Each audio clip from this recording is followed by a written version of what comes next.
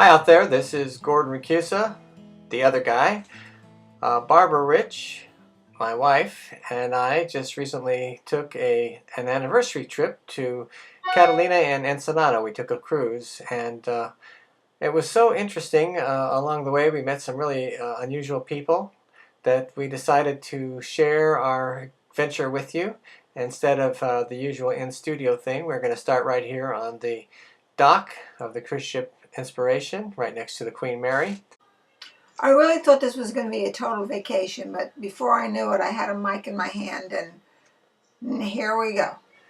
So here's Barbara on our way to Catalina, interviewing a most unusual cruiser. Hi. Today we have a special guest with us, and we are on board the Carnival Inspiration, and our special guest is Felipe Meyer. And he really is living the dream. He actually lives on board cruise ships. Felipe, tell us, how wonderful is that? It's actually fantastic. I mean, my friends ask me, and they go, Felipe, how is it living on the ship? And I basically say, it's just not that bad.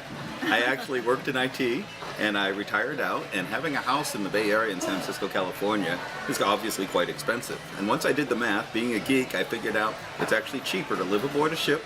I end up with no mortgages, no insurance, no homeowners, no HOA fees, no utilities, no cable, no Wi-Fi, no gardening, no maintenance. And here, I live on this beautiful Carnival Inspiration. I follow prices, and I can keep my price easily below $75 to $100 a day, depends on the season and the time. And I don't cook, I don't clean. My household staff makes up about 900 people of friends and family that I've been living with here on the lovely Carnival. And the Inspiration ship gives me the freedom to look out my window and look at the ocean. It's a different view every day. I cruise the ports of the western United States and Mexico, and it's very interesting, a good life to have. And also, being the internet age, I actually work. I still consult. I work from my laptop. I do travel videos. I get sponsors who race to put ads across my videos as I get sponsorship. And then I have some ancillary incomes I do ashore, but I remotely manage them just via my laptop and the internet and ports. I can tell you every internet and Wi-Fi hotspot in every port on the western United States. I sometimes follow the crew because they go ashore to connect back to Indonesia and home and India and wherever home is.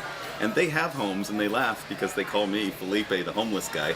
My running joke is, I used to live under a bridge, now I live over the bridge. So it's exciting, it's interesting. I know what my costs are because I have my global cell phone bill, and I have a credit card bill that pays for my cruises on each week, on and off as I move forward, 3-day, 5-day.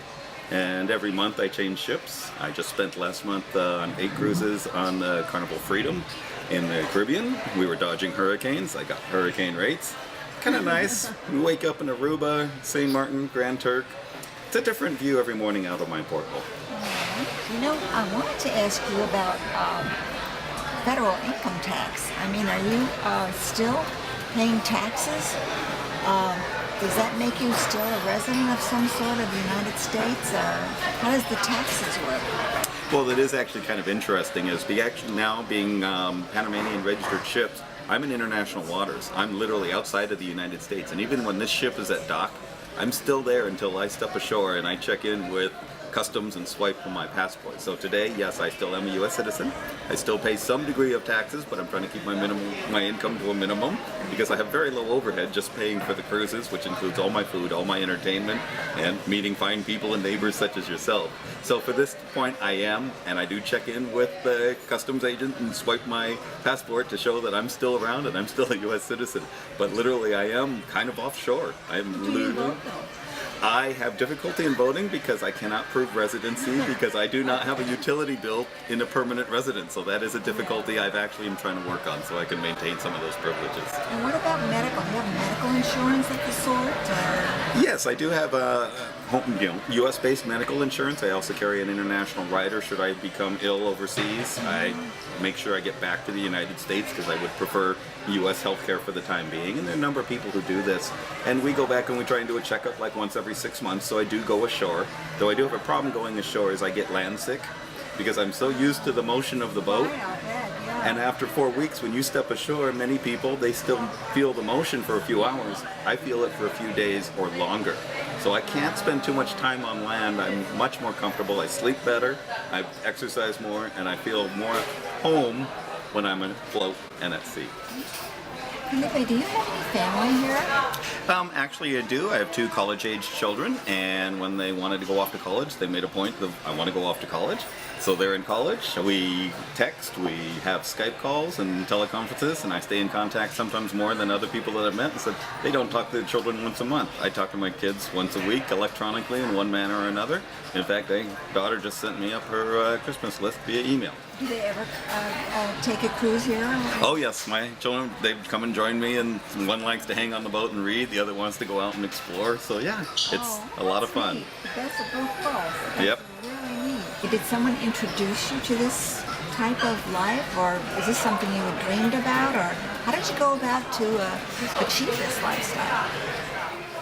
That's kind of interesting. Is I've cruised a lot. I was introduced to cruising at a very young age and realized I enjoyed it, loved the ocean, loved to travel, but I don't like to pack and unpack. So cruise ships were just the natural progression for me to do my travel, do my videos.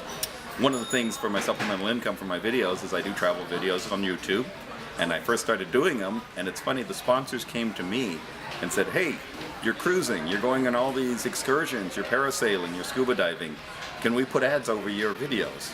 Well, that was an easy answer to come to, and so my Runner 231 page on YouTube, you'll see it's sponsored by cruise lines, airlines, hotels, because I show what it is like living aboard a ship, traveling around, and then doing all these various excursions. In fact, just the other day I did zip lining in Catalina Island and did 5 runs and had a wonderful time with my GoPro cameras clipped to my body as I looked around and zipped across the canyons of Catalina Island just above Avalon off the shore of Los Angeles, California. So I can make a lifestyle. You should try it. My theory on life is get out of the box. So take your time, look at what you want to do, get out of the box, and just go out and do it. Felipe, I'd like to thank you very much for doing this interview with us. It was really great. Hope you enjoyed that. We did eventually, almost took us 20 hours to get across the 26 miles from California to the island of Catalina at Avalon. But we did eventually get to Catalina, and the tenders came in and allowed us to go ashore. We had some beautiful tours set up with the Conservancy as well as with the casino through the Catalina Chamber of Commerce. We took a leisurely stroll around the bay to the pleasure pier and awaited our tour. We got to pick up our tickets, and Barbara caught a couple of moments of rest. Luckily, we also found out that there are restrooms easily available right on the pier for people, right in front of the Chamber of Commerce Tourist Information Bureau. Here's Barbara as she reluctantly gets back into journalist mode. Hey, listen, here we are in Catalina. Our cruise yesterday went very well. No mishaps. Oh, there goes the beep. And I danced the night away. We're waiting here right now in Catalina to go on this tour to the casino. And that's pretty much it tonight. For some reason, we decided to walk all the way around to the casino, and when we got there, we were given this fantastic tour. For this project, he was 88 years old at the time, and I'm happy to say he was also here 3 years after that for her official unveiling, so he's a happy gentleman since he's working the life as originally intended to. Unfortunately, this video really doesn't do justice to the beautiful detail in this theater. Yeah, but check out the acoustics. I'd like to welcome you folks to the Avalon Theater. When I started to make my way down the aisle, the acoustics in this theater are going to become pretty apparent. Matter of fact, this is the very first theater that was designed to accommodate that new technology of sound motion picture. For example, back in 1931, we had a group of engineers. They came to the theater and they studied all of its acoustical properties. They incorporated all of this knowledge into their own design, which was the Radio City Music Hall in New York. One reason we have such great acoustics in this theater is due primarily to that elliptical or dome-shaped ceiling that's above us. In this environment, sound travels upwards, then spread evenly outward, and it rains down onward and upward, we got to head for the exit and see the rest of the tour. Yeah, of course. Get a free bowl of soup with this jacket. Sharp looking piece of material. This dressing room right here, just this one area. We're not talking about current day artists, after all we are still very active. But just some of the classic acts that have used this one little room right here, include the likes of Danny Kaye, Bob Hope, Kate Smith, Gene Autry, and his horse Champion. The horse was up here too. I don't know, cleaned up after, but the horse was up here. Most of the time though, these larger rooms like this, they're communal rooms. They'll be used by backup musicians, chorus girls, what have you. Whereas, more often than not, the smaller dressing rooms, which we'll see for ourselves in a little bit, they'll be used by the band leaders themselves. Great old photographs and posters of the band leaders all over the place, including inside this dressing room.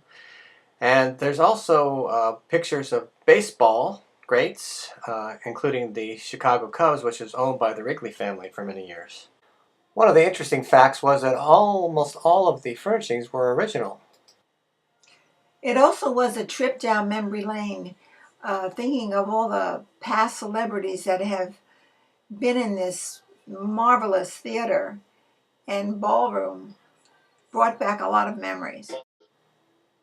Here's the private viewing area for the Wrigley family. We were told everything except the couch, and that includes the tile work, was original.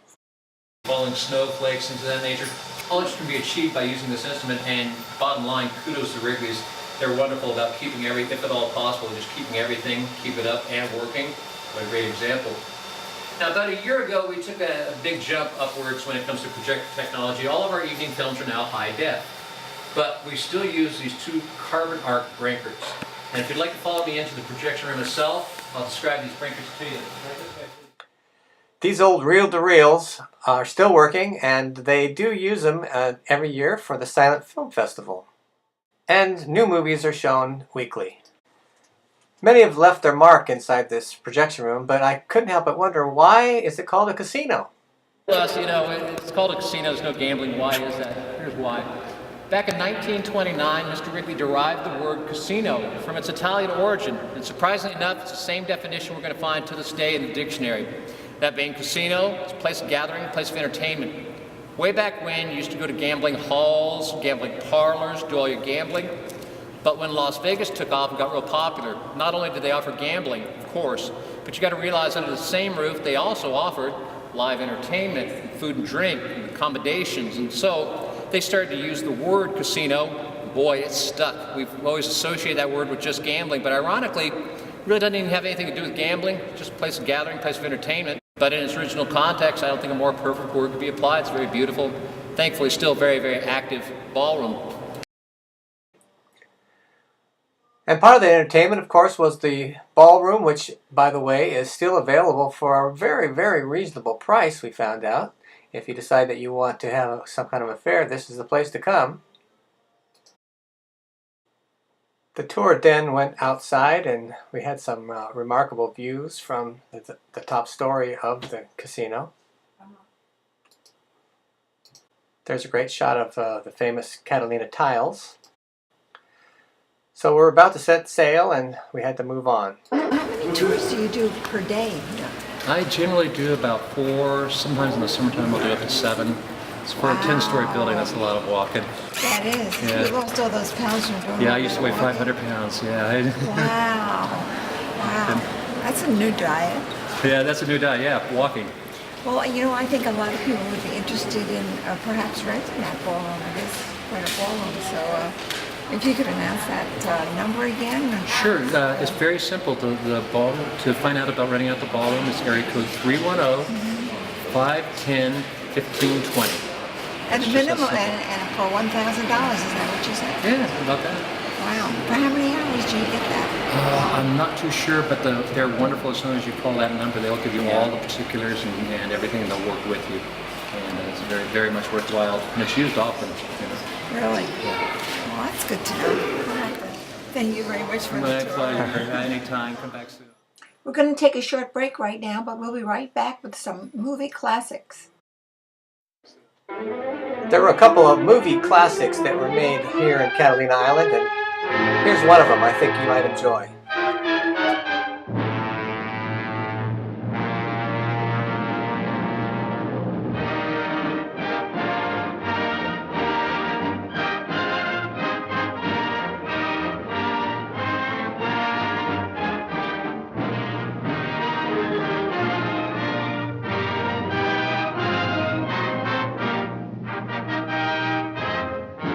Murdering butcher.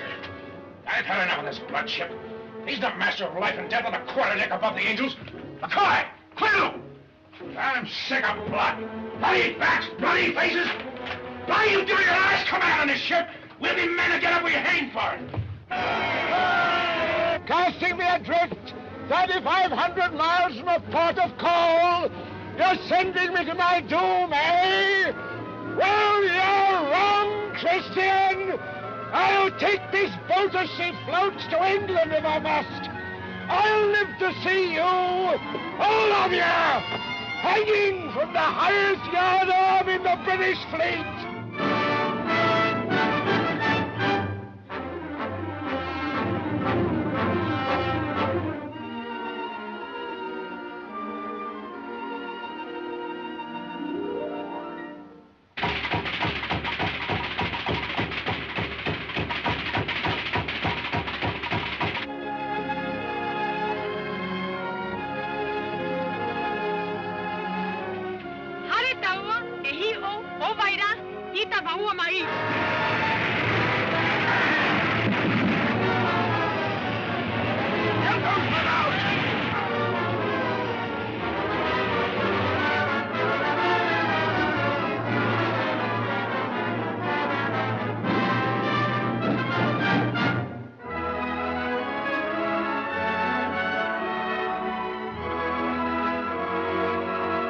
Voyage of the Bounty.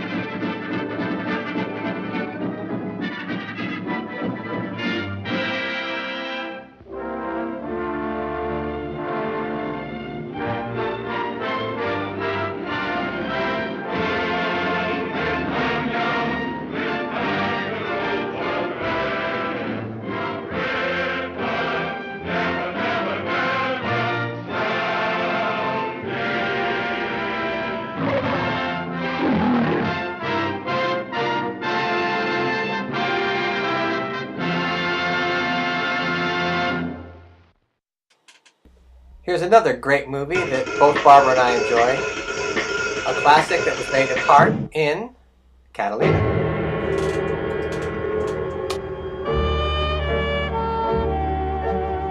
Los Angeles, 1937.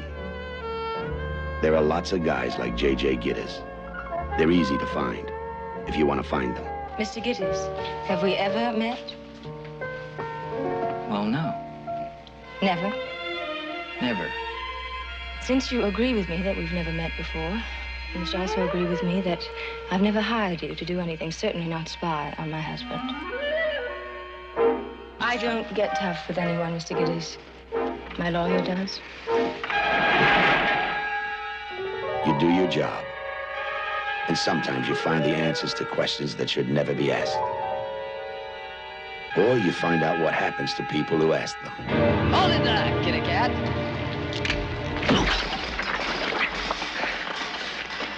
You're a very nosy fellow, kitty cat, huh? You know what happens to nosy fellows? I dislike the word cheat. Did you have affairs? Mr. Gittes. Did he know about it? Where were you when your husband died? You were seeing someone, too.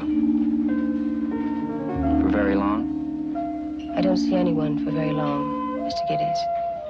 It's difficult for me. Mr. Gittes, you're dealing with a disturbed woman who's just lost her husband. I don't want her taken advantage of.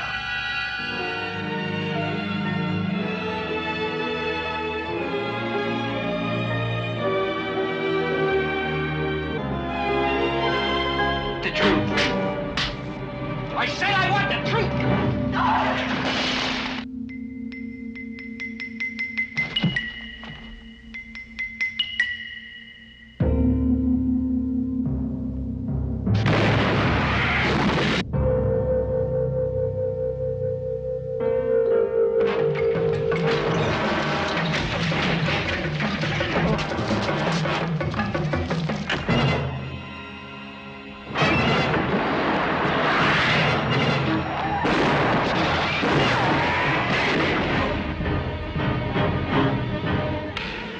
Go home, Jake. I'm doing you a favor. Come on, Jake. Forget it, Jake. It's Chinatown. You get tough. You get tender. You get close to each other. Maybe you even get close to the truth. Jack Nicholson and Faye Dunaway in a Robert Evans production of a Roman Polanski film, Chinatown.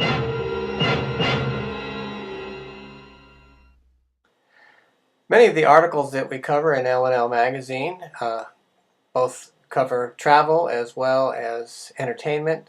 And on Catalina Island, one of the remnants of the movie industry is that they have bison there, over 200 of them.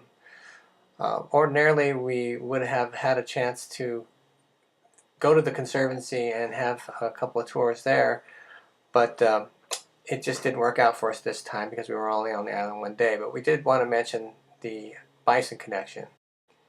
L&L magazine has a couple of articles that we've been involved with, the best destinations, the best way to travel, which Catalina of course fits with, but we also are involved with how humans interact with nature. And on Catalina there's one of the most successful bald eagle breeding programs in the nation. So on L&L magazine we did want to point out that if you go there, you'll be able to link to the Eagle Cam. There's a couple of Eagle Cams actually set up on Catalina Island where you can watch the eagles, the male and the female here. The male is on the right and the female on the left as they breed and hatch their eggs. And there's actually several, I think there's about 30 bald eagles now living on Catalina Island. So whether you are going to Catalina for the day, if you're taking a cruise and making that one of your stops, if you want to see the casino or stay overnight, or if you want to take a jeep and see the Conservancy, then L&L magazine is the place for you to check out everything that relates to Catalina. In fact, 3 years ago, we found out that the Catalina Cruiser will take you on your birthday for free. So this is a venture that we had on one of our podcasts. But I known I was going to live this long, I was taking better care of myself. 75. Woohoo! When we found out that the Catalina Cruiser takes you to the island for free on your birthday, that cinched it. Barbara decided to take the family over to Catalina Island, and we saw some beautiful sights. This was, in fact, the harbor where Natalie Wood was drowned. And when you take any one of the tours, you'll hear all about the history of the island and especially the Wrigley family. There's a whole Wrigley museum, naturally. But you can also spend just a few dollars and take one of these golf carts and cruise around as we did. Now, naturally, we don't want to redo the tour that we just did on the casino, but right next door to the casino is a great little restaurant with some nice fish tacos, and this is really Barbara's favorite part of the whole trip, to take one of the golf carts and cruise all the way around the island, which takes about an hour if you want to do it. It may cost you $40. Some more of the wildlife that you see, of course, are the deer, which are very calm, but this is a funny scene. Our granddaughter, who is much younger in this scene here, and that's our daughter, Carla, next to her, we found these deer who were right by the side of the road, a mother and baby, and of course Barbara dangerously started feeding them by hand, but our granddaughter was completely panicked at being this close to nature, and she ended up running into the golf cart and jumping inside and putting on her seatbelt as if this open vehicle was going to protect her somehow from these wild animals. I was very sympathetic. We later found a bison that Maggie would get close to, and inexplicably she was afraid of deer, but she wanted to get on this zip line. I could never understand the logic of that, but it was really a very nice day. I highly recommend that you all try this for your birthdays.